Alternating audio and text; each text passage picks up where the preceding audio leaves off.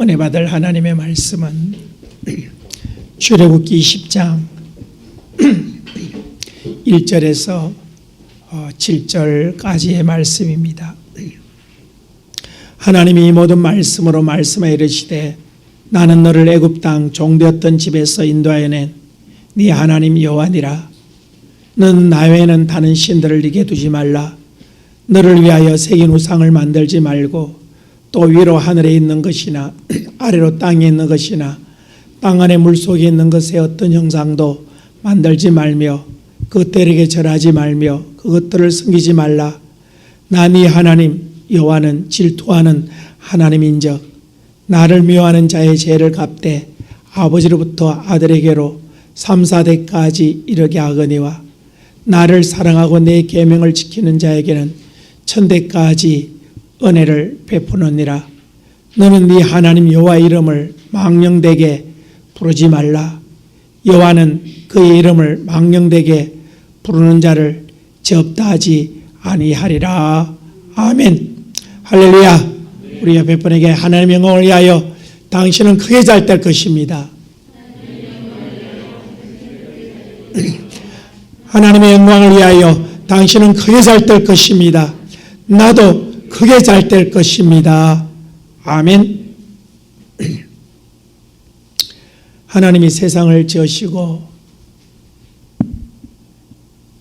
에덴 동산을 만들고 하나님이 지으신 사람을 그곳에 불러 하나님과 함께 은혜 안에 살아가도록 복의 복을 다하셨습니다. 그러나 그들이 하나님을 반역하고 떠났을 때에 하나님은 다시 창세기 12장에 아브라함을 부르시고 아브라함에게 너의 후손들로 인하여 하늘의 별같이 바다 모래같이 하리라. 아브라함의 후손들을 하나님께서는 그의 백성으로 부르시고 이제는 애굽에서 그들을 430년 만에 이끌어내시고 호렙산 안에 그들이 모여 섰을 때에 하나님께서 그들에게 이렇게 말씀하십니다. 나는 너를 애굽 땅 종되었던 집에서 인도하여 낸 네 하나님 여호와다.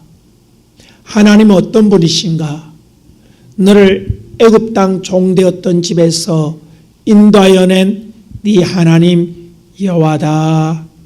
여호와 하나님께서 직접 그들을 인도하여 낸 여호와라고 그들에게 말씀하시면서 이제는 하나님의 백성들이 어떻게 살아야 되는가, 그들이 어떤 삶의 목표를 세워야 될 것인가, 어떤 방향으로 어떤 삶을 살아야 할 것인가에 대해서 하나님이 말씀하십니다. 하나님 백성의 삶 속에 가장 중요한 것은 하나님 신명기 6장 4절의 말씀처럼 이스라엘들아 우리 하나님 여호와는 오직 한 분이시니 너는 마음을 다하고 뜻을 다하고 힘을 다하여 내 하나님 여호와를 사랑하라. 하나님을 네 중심에 두고 살아야 된다. 하나님을 떠나면 안 된다. 너는 항상 하나님 앞에 서야 된다. 그래서 주신 첫 번째 계명이 너는 나 외에 다른 신을 내 앞에 두지 말라. 그리고 하나님이 이스라엘 백성들이 광야를 지나 가나안에 들어갔을 때에 그들이 어떻게 생각하고 행동할 것을 하나님은 이미 아셨습니다. 아담을 통하여 경고하시고 또 노아 시대의 사람들 통하여 하나님 경험하시고 참으로 인생들이 세상을 살아가면서 하나님의 아들들이 사람의 딸들의 아름다움에 취해서 그들을 아내로 삼아서 육신의 쾌락을 쫓아가듯이 이들 또한 가나안에 들어가서 가나안의 풍요로움과 그들의 아름다움을 보고 그들이 하나님을 버리고 그들이 섬기던 신들을 자기의 신으로 섬길 것을 하나님은 아시고 경고하시기를 너는 너를 위하여 새긴 우상을 만들지 말라. 네 눈에 보이는 것, 위로 하늘의 것이나 아래로 땅에 있는 것이나 땅 아래 물속에 있는 것, 네 눈에 보이는 그 어떠한 것도 너를 위하여 우상을 만들고 거기에 경배하지 마라. 하나님은 다른 것은 다 용서하셔도 결코 이것은 용서할 수 없다는 것입니다. 하나님의 백성들이 세상을 향하여 한눈을 파는 것은 결코 용서할 수 없다고 하는 것입니다. 부부지간에도 마찬가지입니다. 부부가 다 용서할 수도 한눈 팔고 바람 피우는 것은 용서할 수 없듯이 바로 하나님도 하나님을 두고서 세상을 미혹에 속아서 하나님의 아들들이 세상의 딸들의 아름다움에 취해서 그들을 섬기고 사랑하고 살아가는 것 결코 용납하지 않겠다고, 지나치지 않겠다고 하나님은 나는 질투하는 하나님이다. 반드시 너가 나를 떠나서 노아 시대에는 하나님의 아들들이 사람의 딸들함들 보고 그들이 육체화되었을 때 그들을 물로 멸하였듯이 나 여호와는 질투하는 하나님인적 그 죄값을 자녀 3, 4대까지 갚겠다. 노아 시대처럼 그 씨를 아주 멸종시켜 버리겠다고 하는 것입니다.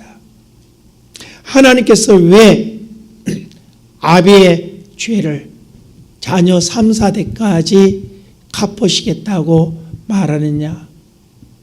내가 지은 죄 때문에 내 손주까지 피해를 보고 망해야 될 것이냐? 지금은 인생들의 연한이 얼마 되지 아니하지만은 그 당시에는 하나님께서 사람들로 세상에 오래 살게 하셨습니다. 그리고 결혼도 일찍하게 하셔서 한 대 한 대 늘어가는 그 대수가 15년에서 한 20년 정도의 한 대니까 결국 60년대, 60, 70까지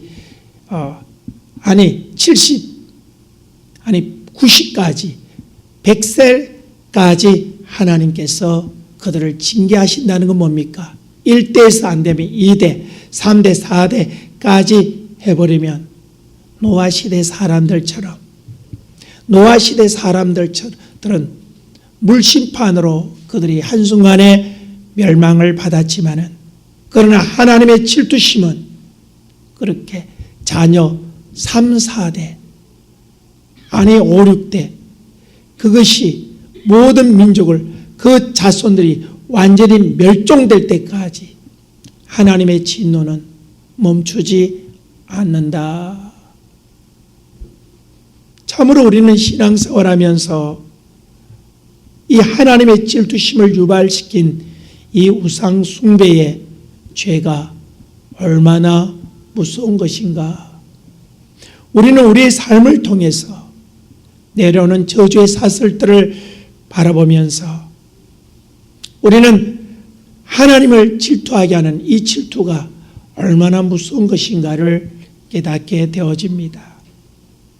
그러나 나를 사랑하고 계명을 지키는 자에게는 천대까지 은혜를 베푼다.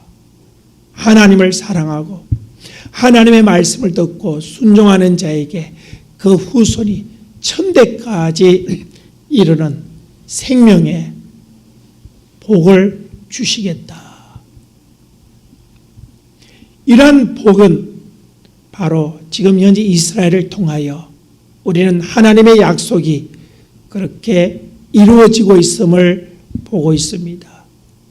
인류 역사 속에 수많은 민족들이 생겨나고 수많은 민족들이 말살되어지고 전쟁을 통해서 또 민족이 나라를 대적함을 통해서 많은 민족들이 그 시야까지 흔적까지 사라져버린 그러한 역사 속에서 지금까지 4,000년의 역사 속에 그 뿌리가 지금까지 보존되어지고 있는 민족은 바로 유대 민족밖에 없다고 하는 것입니다. 2차 세계대전 때 히틀러가 그렇게 유대인들을 실을 말르려고 참 인간으로서는 할 수 없는 잔악한 일을 행했지만은 그러나 그 유대인들은 멸종되지 아니하고 디아스포라가 되어서 온 세계를 떠돌아다니면서 까지라도 그들의 유대 민족이라고 하는 아브라함의 후손이라고 하는 이 민족성을 지키고 올 수 있는 것은 바로 십계명 제3계명을 통하여 약속하셨던 하나님의 복 때문에 그들이 수많은 민족들이 열강들이 100년 200년 아니 3, 400년 안에 사라지는 그 와중에서도 유대 민족이라고 하는 그 민족성을 지킬 수 있는 것은 바로 하나님을 그들이 섬겼다고 하는 것입니다. 그리고 하나님은 세 번째로 이스라엘 백성들의 그들이 앞으로 가나안에 들어가서도 아주 중요한 삶의 법칙을 하나님께서 말씀해 주시는 것입니다. 너는 네 하나님 여호와 이름을 망령되게 부르지 말라. 여호와는 그의 이름을 망령되게 부르는 자를 죄없다 하지 않을 것이다. 망령되게 하나님의 이름을 욕보이는 자, 하나님의 이름을 더럽히는 자, 하나님의 영광을 가리우는 자, 그들은 결코 죄없다 하지 않겠다. 다시 말하면 하나님은 하나님의 이름을 더럽히는 그러한 사람들 결코 용서하지 아니하시고 그 죄값을 물을 것이다. 우리는 이 하나님의 여호와 이름을 망령되게 부르지 하지 말라. 이 말씀의 의미가 무엇이냐? 바로 삶에 관한 명령인 것입니다. 이사야 43장 7절에 하나님이 우리를 창조하신 것은 바로 하나님의 영광의 찬송을 부르게 합니다. 할렐루야! 하나님의 영광을, 하나님이 행하셨던 기이한 일들, 하나님이 행하셨던 기묘한 일들을 온 세상에 선포하면서 하나님의 전능하신 여호와, 만군의 여호와, 그분만이 하나님이라고 하는 것을 온 세상에 노래하며 선포하게 하는 그 사명을 우리에게 주셨다고 하는 것입니다. 다시 말하면 오늘 너는 네 하나님 여호와 이름을 망령되게 부르지 말라고 하는 것은 너를 지으신, 너를 창조하신, 너를 애굽에서 이끌어내신 하나님의 목적. 출애굽기 3장에 보면 하나님께서 이스라엘 백성들을 부르신 목적이 뭡니까? 바로 네 산에서 예배하리라. 하나님의 교회에서 하나님 앞에서 예배하는 자로, 하나님을 찬양하는 자로, 하나님을 찬송하는 자로 세우실 것이라고 하나님께서 부르셨기에 그 찬송이 아닌 하나님의 그 찬송의 소리를 끊어지게 만들고 오히려 그 찬송의 소리를 방해하는 자는 내가 죄없다 하지 아니하리라. 하나님은 그렇게 이스라엘 백성들에게 경고하시는 하나님의 음성을 보게 되어집니다. 참으로 이 말씀은 중요한 것입니다. 왜요? 우리가 사람의 됨됨이를 알려면 그 부모를 보라. 그 가문을 보라. 그 가문이 어떤 가문이냐? 어떤 믿음의 가문이냐? 어떠한 것을 주로 섬기면서 살아왔던 가문인가? 그 자식을 보면 그 가문을, 그 부모가 어떤 분인지 알 수 있듯이 우리 하나님도 마찬가지입니다. 로마서 1장에 하나님의 능력과 신성이 그 모든 만물을 통하여 보여 알게 되어지는 것처럼 하나님의 형상과 모양으로 지으심을 받은 사람들은 바로 그의 삶을 통하여 불러지는 노래 소리를 통하여 세상 사람들이 하나님을 발견하게 하라. 쉽게 말하면 여러분의 모습을 보면서 당신은 크리스찬이네요. 당신은 그리스도인이네요. 당신은 정말 교회 다니는 사람이네요. 정말 당신은 믿음의 사람이네요. 왜요? 그의 말을 듣고서 그의 행동을 보면서 그의 삶의 모습을 보면서 그렇게 하나님께서 영광 받으시도록 그의 삶을 통하여 세상 사람들이 바로 하나님을 발견되게 되어진다고 하는 것입니다. 얼마 전에도 매영 목사님과 만나서 하나님이 지으신 창조 이야기를 잠깐 나눴습니다. 참으로 하나님이 지으신 저 우주, 저걸 보면서 하나님을 만나지 못한다면 참 불쌍한 사람이다.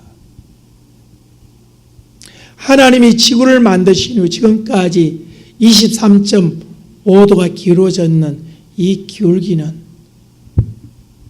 그리고 그것이 태초로부터 만들어지는 그때부터 지금까지 23.5도라는 것이 변함이 없는 이유가 뭘까요? 이 지구는 하염없이 태양을 통해서, 태양을 중심으로, 달을 중심으로 이 온 우주는 자전과 공전을 하는데, 그 공전하는 가운데 조금만 털어져도 23.5도가 변화되는 것은 아주 순식간일 수 있지만 지금까지 변화되지 않는 것이 무엇입니까? 그 이유를 하나님께서는 욥기 38장을 통해 욥에게 하나님 말씀하시죠. 욥아, 네가 그렇게 똑똑하냐? 네가 이 지구를 짓던 날에 네가 어디 있었느냐?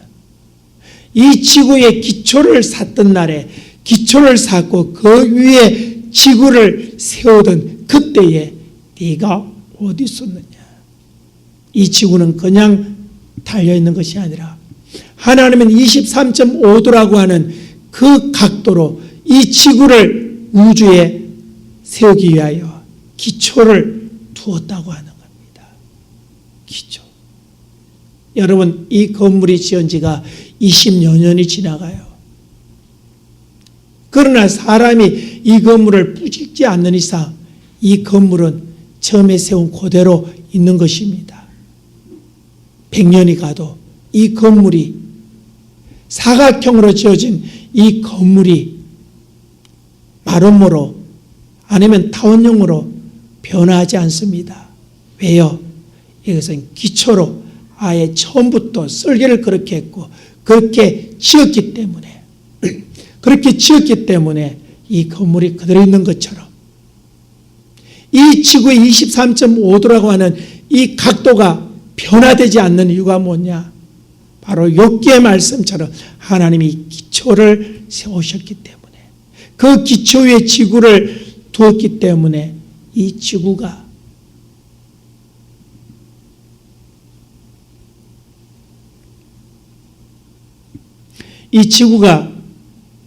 변하지 않는다는 거죠. 그리고 그런 얘기를 하더라고요. 만일 이 지구가 똑바로 서 있다면 어떤 일이 날까? 태양의 빛에 따라서 이 열대 지역은 아주 불이 나서 다 죽어버릴 겁니다. 그러나 이 열대 지역보다 태양과의 거리가 먼 남극과 북극은요, 중위도권은요, 결국은 이 지구가 덥고 추워서 난리 날 수밖에 없지만 23.5도라고 하는 이 각도를 통해서 이 지구의 온도를 고르게 하는, 그렇게 운행할 수 있는 그 힘의 원천이 뭐냐? 하나님이다. 그런 이야기를 나눴습니다. 참으로 우리 하나님은 전능하신 하나님이십니다. 하나님은 지금 여러분이 했던 이 설교를 하나님도 들으시면서 하나님 마음이 허무하실 것입니다. 왜요? 당신이 행하셨던 그 일들을 지금 선포하고 있기 때문에. 참으로 하나님의 은혜와 역사, 그 능력은 한량이 없다고 하는 것입니다.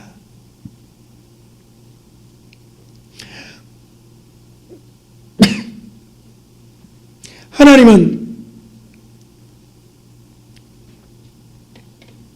이사야 선지자를 통하여 나의 영광을 위하여 창조한 자들을 오게 하라. 무엇입니까? 자기 백성을 부르시는 하나님이십니다. 오늘 저와 여러분을 구속하신 그 목적이 무엇이냐? 바로 하나님의 영광을 찬송하기 위하여. 우리는 오늘 이 십계명 제3계명, 너는 너의 하나님 여호와 이름을 망령되게 부르지 말라. 여호와는 그의 이름을 망령되게 부르는 자는 접다하지 아니하리라.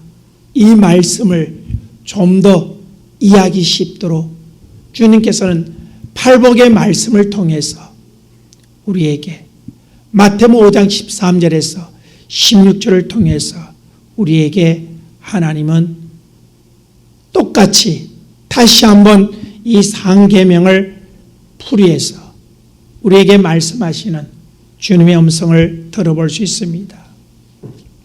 이 구약의 말씀과 신약의 말씀은 히브리서 1장에 보면 예적 선지자를 통하여 말씀하신 하나님이 세상 끝에 아들을 통하여 말씀하셨다. 아들을 통하여 주신 말씀이 바로 복음의 복음서요. 그리고 마태복음 5장에서 그 주를 이루는 말씀이, 율법의 말씀이 바로 마태복음 5장에서 7장까지 산상교훈이라고 하는 것입니다. 우리 다 같이 마태복음 5장 13절에서 16절까지 하나님께서 이스라엘 백성들에게 너는 너 하나님 여호와 이름을 망령되게 부르지 말라. 여호와는 그의 이름을 망령되게 부르는 자는 죄없다하지 아니하라고 하셨는데, 주님은 이 말씀에 대해서 어떻게 우리에게 말씀하셨는가? 우리 다 같이 읽겠습니다. 시작. 너희는 세상의 소금이니 소금이 만일 그 맛을 잃으면 무엇으로 짜게 하리요? 후에는 아무 쓸데없어 다만 밖에 버려져 사람에게 바쁠 뿐이라. 너희는 세상의 빛이라. 산 위에 있는 동네가 숨겨지지 못할 것이요, 사람이 등불을 켜서 말 아래에 두지 아니하고 등경 위에 두나니 이러므로 집안의 모든 사람에게 비치느니라. 이같이 너희 빛이 사람 앞에 비치게 하여 그들로 너희 착한 행실을 보고 하늘에 계신 너희 아버지께 영광을 돌리게 하라. 너희 착한 행실이라고 하는 것은 하나님의 영광을 찬송하는 것을 말하는 것입니다. 그들이 너희들의 그 찬송의 소리를 듣고, 너희들의 그 찬송의 소리를 듣고 하나님을 영화롭게 하라. 하나님께서 이스라엘 백성들에게 이 십계명을 주신 것은 세상 사람들에게 주신 것이 아닙니다.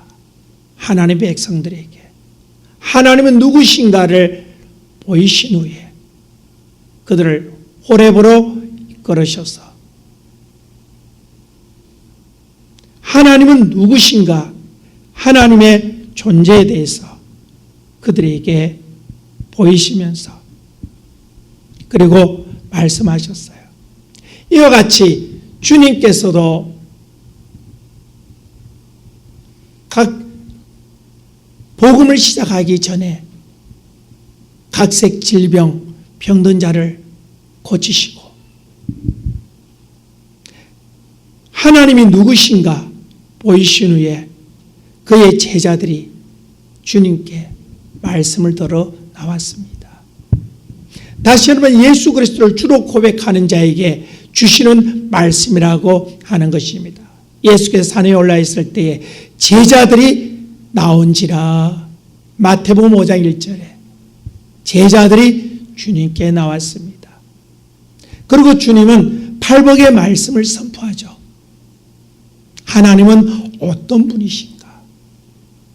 하나님은 어떤 분이신가에 대해서 팔복의 말씀을 통하여 제자들에게 선포하시는 것입니다.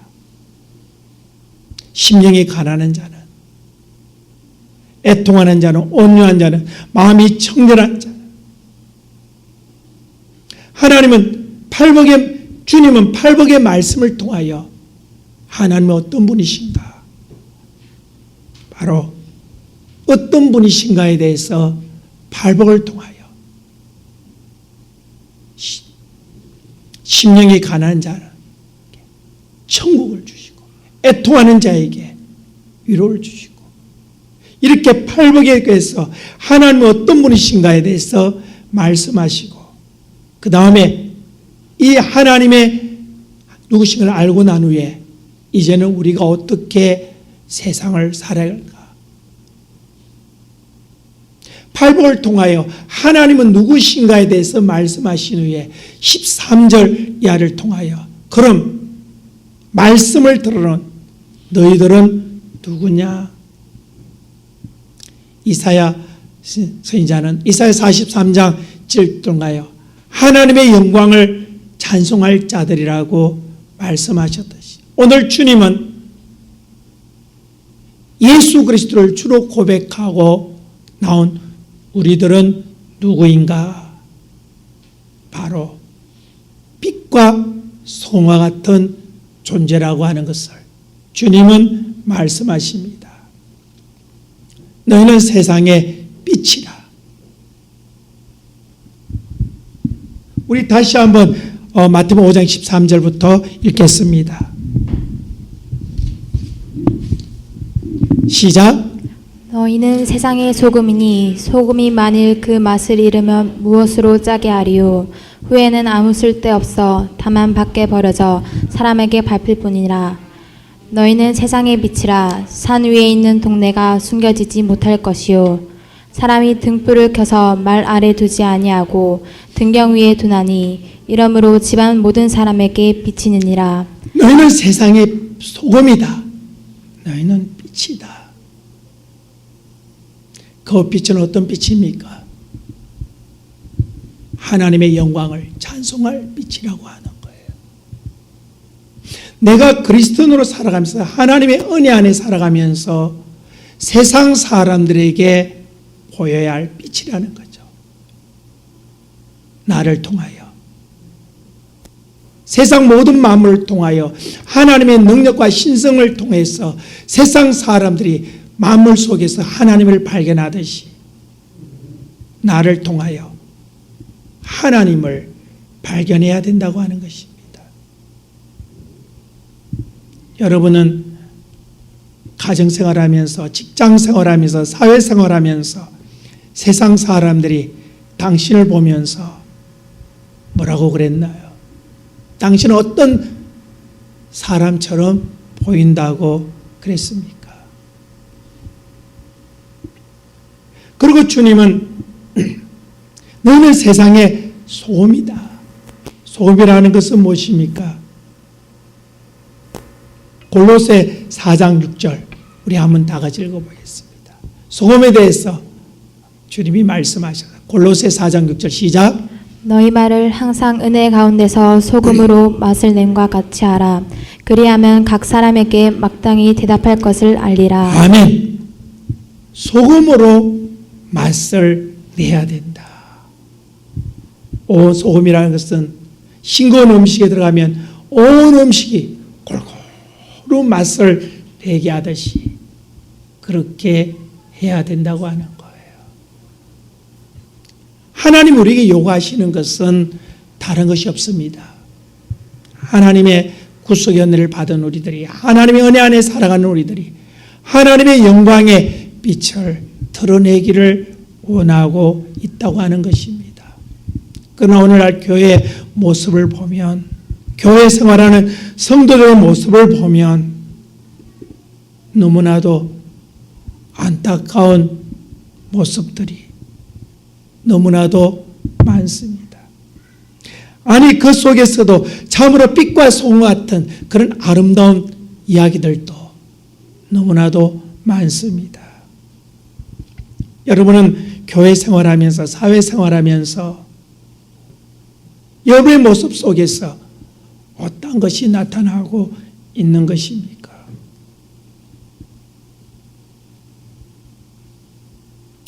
오늘 아침에 기독교 방송을 듣는데 한 교회 자랑하는 시간에 한 성도님이 교인에 대해서 자랑하라고 그랬더니 자기 부인을 자랑하더라고요. 제가 프로젝트를 맡아서 온 세계를 두루 다니면서 그런 가운데 지금까지 왔는데 참 내 자신으로서는 올바른 믿음 생활할 수 없는데 믿음의 아내를 만나서 내가 이렇게 오늘날 이 교회 장로의 직분을 감당하게 되었다고. 믿음의 아내를 만나서 이 믿음의 아내가 얼마나 귀중한 가치인가. 그걸 보면서 그렇다. 그는 자기 남편에게 바로 소금으로 하나님을 나타내는, 그가 세상 일에 취해서 세상으로 떠날 수밖에 없는 상황 속에서도 아내의 빛을 보면서 주께로 돌아오게 한 그 아름다움이 하나님 보실 때 얼마나 기뻐하셨을까. 참, 그 모습이 너무나도 아름다워요. 그런데 어떤 사람은 내가 모시던 담임 목사님이 한번 설교하면서 이런 예화를 쓰시더라고요. 어떤 교회 권사님 남편이 한 번은 교회에 찾아왔더래요. 그래서 막 아내에 대해서 성토하기 시작해요. 그래도 이렇게 예수 믿고 그래 천국 가셔야 하잖아요. 사람이라면 완전할 수 있습니까? 위로하면서 또 했더니 그 남편이 하는 말이, 목사님 천국이 있습니까? 아, 그럼 있지요. 천국이기 때문에 우리가 예수 믿는 것이 아닙니까? 그렇습니까? 그렇다면 나는 예수를 더욱더 안 믿겠어요. 왜 예수 안 믿으려고 합니까? 저는요, 내 아내가 천국 간다면 나는 그 지옥이 차라리 내게는 나을 것 같아요. 아내가 천국 간다면 나는 그 천국은 안 갈래요. 아내가 만약 지옥 간다면 내가 천국 가지요. 왜 그랬을까요? 왜요? 왜 아내가 가는 천국을 마다하면서 그 영원한 고통이 끊어지지 않는 고난의 연기가 쉼없이 올라간다고 하는 그 지옥을 선택하는 것일까요? 그에게 하나님의 영광이 아니라 악마의 무서운 소리들을 그가 들었기 때문이 아닌 것입니까?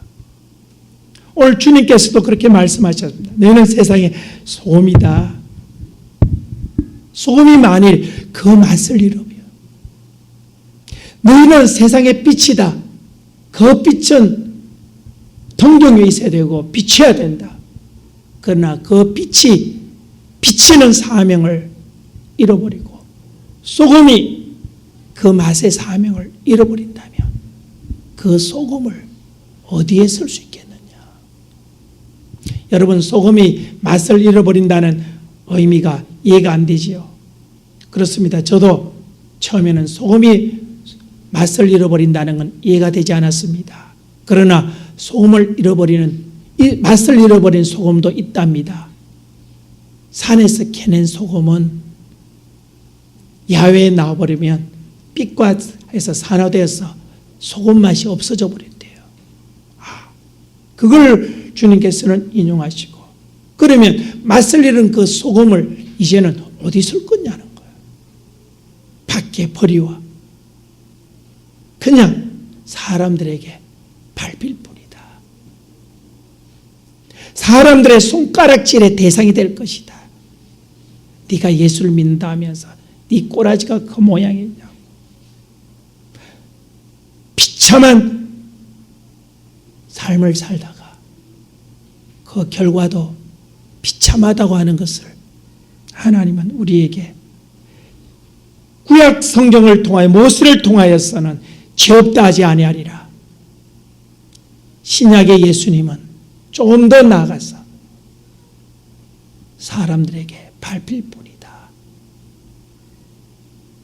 참으로 전능자 이름을 망령되게 하는 이것은 정말 무서운 일입니다. 하나님을 욕을 안 한다고 그것이 망령되게 그의 삶을 말하고 있다고 하는 것입니다. 참으로 하나님이 우리를 부르신 목적이 뭡니까? 영광의 찬송을 부르게 합니다.